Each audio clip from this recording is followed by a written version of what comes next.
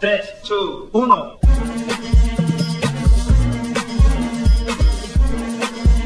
Hello and welcome to Graziella TV. I'm your host, Graziella Barada. Miss United States 2008-2009. I'm serving hot. Graziella TV. Welcome to my channel. Welcome to my. I'm serving hot. Graziella TV to my channel on www.grazielatv.com. Serving up a hot dish of this and of that. I'm here at the Style Coalition Fashion Event in New York City. Hello and welcome to Graziella TV. I'm your host, Graziella Barada. And in the spirit of Fashion Week, today we're going to be visiting with a designer from Brooklyn who's going green. Follow me.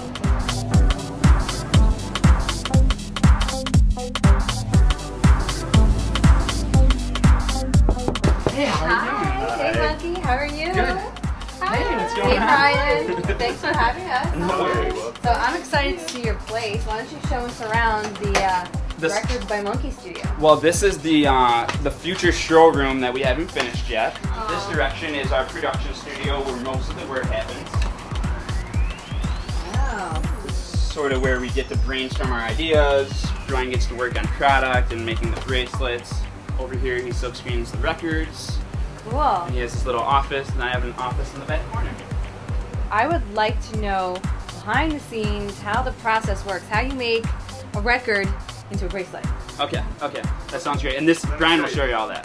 Alright, so everything starts out with a 12-inch, a 33 RPM record, and we use these records just because they're the most flexible and they have the most surface area to work with. And once our whole process is done, off the whole 12-inch, maybe an inch or two isn't getting recycled.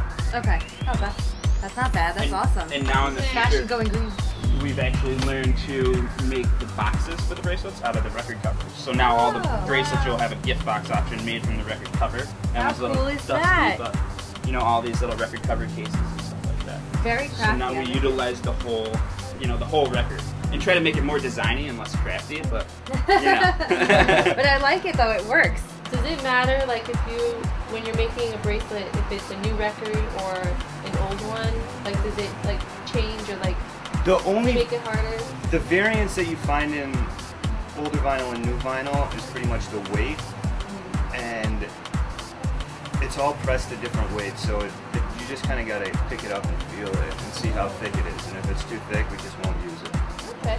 And we usually don't use records from the 60s because they're made from a little bit different material that's a little bit more like ceramic or a little bit more, it just doesn't like work well in bracelets, and we actually make our wall art with them, and they're a little bit more firm.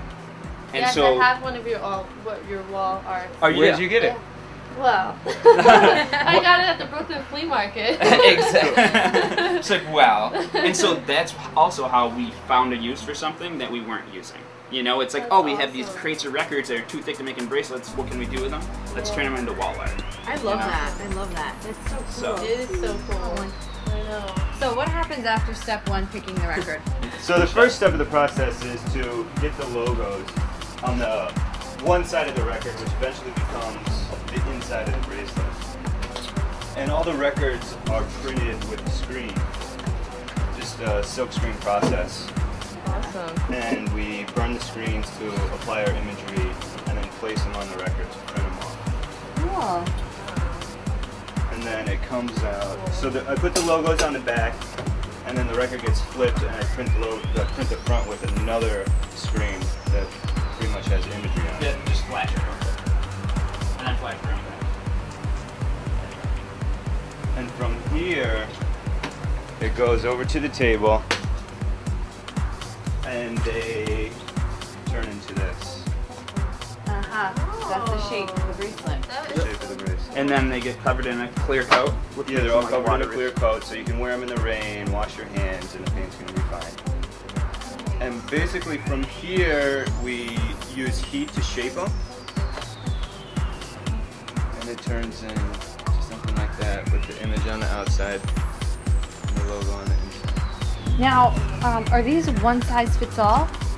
We offer bracelets from an extra small to an extra large. Okay, gotcha. You know, and when you order offline, you can choose your size. Exactly. So But we cute. find that like a medium fits most women. And that's what we do. Yeah, medium almost everything. Like when we go to the market, I'll make mainly medium. They're all mediums on the table, and then we adjust accordingly, a little bit smaller for people. Oh, okay.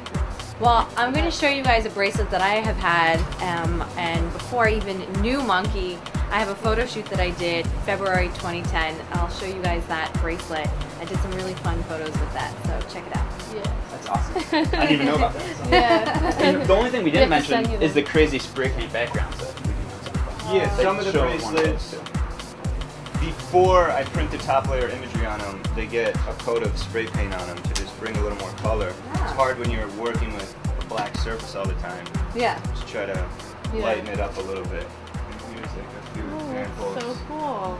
of ones that have And- like spray paint I like backgrounds that. And how it creates this hole in their thing. I And- love that. versus something that Like tribal look. And unfortunately, we only offer these bracelets online. We don't offer too many random spray painted colors online. We try to limit our consumers to choices. They tend to buy a lot more when they have less choices.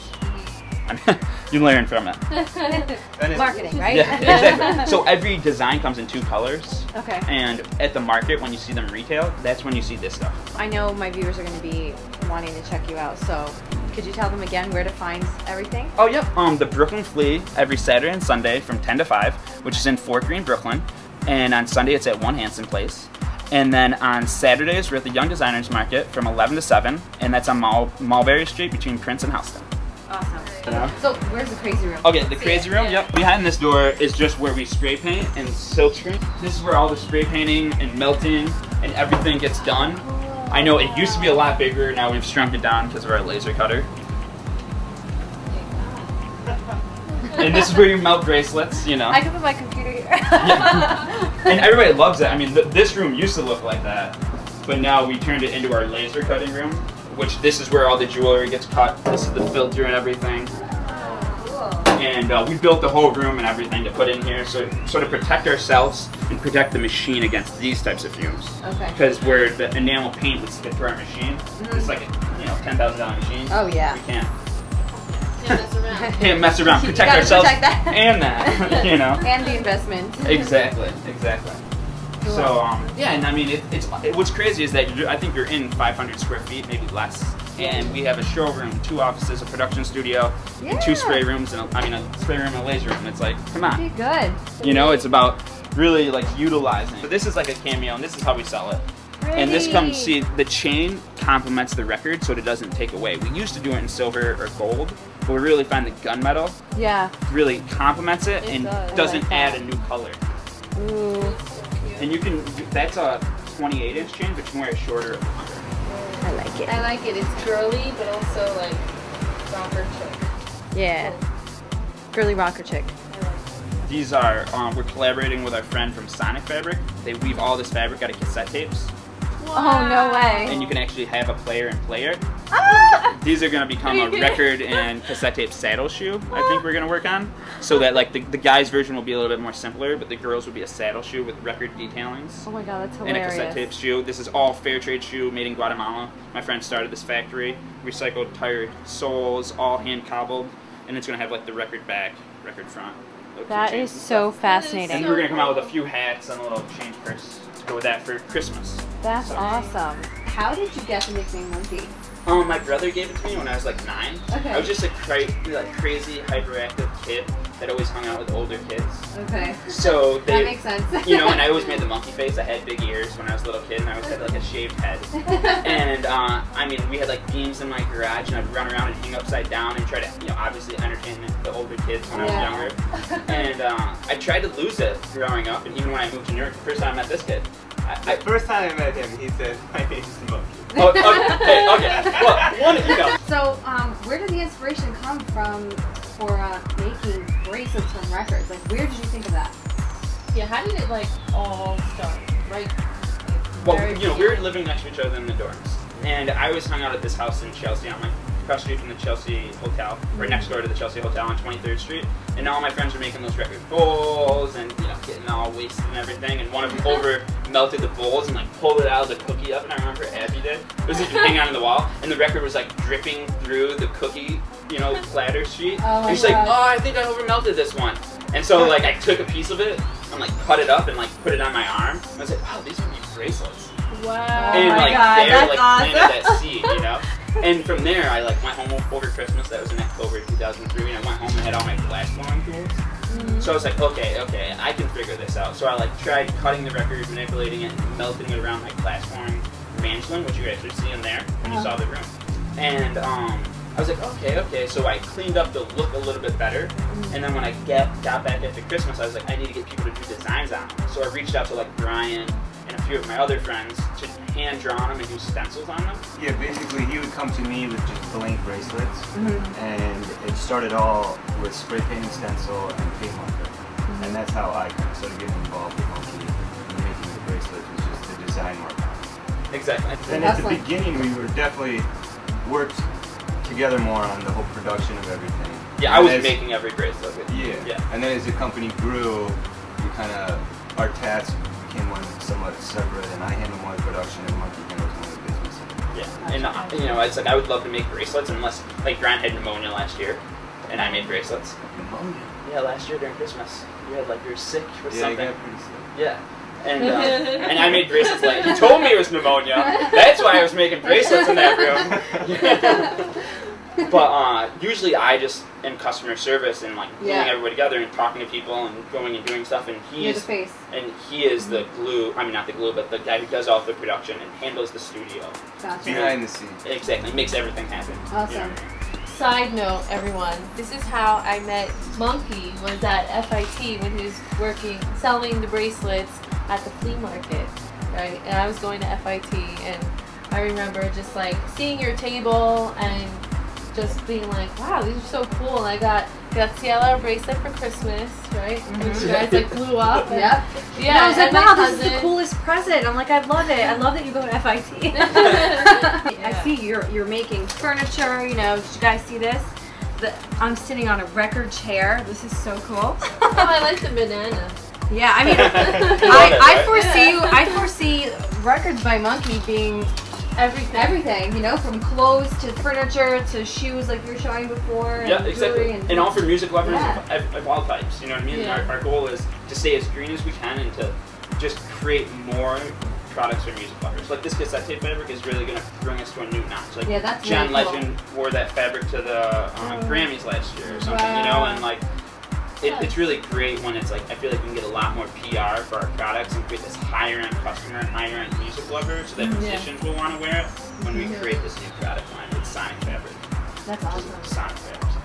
I'm looking forward to Sonic seeing more of that fabric. Sonic fabric. Now I have a question. It being Fashion Week is here, and every season you hear about new trends that are coming out, from colors to cuts to textures, everything. Do you guys follow any of that, or are you just kind of like on your own, on your own I style? feel like we used to be like like the classic patterns and the Native American, these classic patterns, like they really came out, when that whole like Native American, the houndstooth kofia scarf, and all the men wearing lumberjack and that streetwear movement in 2006, 2007, when that was all coming out, 2008, and we were really on it. But we found that we've even went to trade shows to go in clothing and fashion, but we're really in design and accessories. We're not really fashion and clothing. Right. And so we don't really follow the fashion market. It's like we just do our own thing. Finally, we're confident in that what we do is right. Right. So you are your own trend setters. Yeah, it may sound pretentious, but I feel like No. as designers and artists, like Yeah. we should be setting trends, and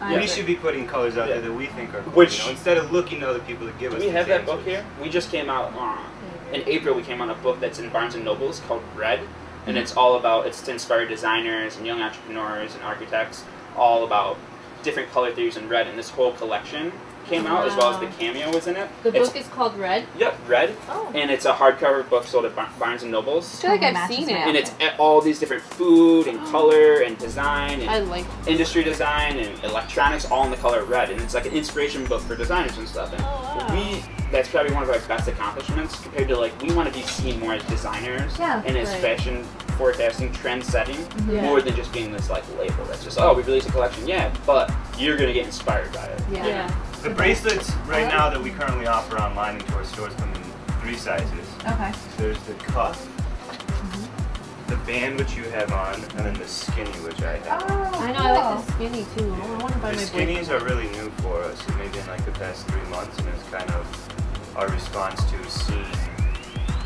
everybody wearing like just tons of bracelets up their arms. So we wanted to make something that was a little more That you can layer.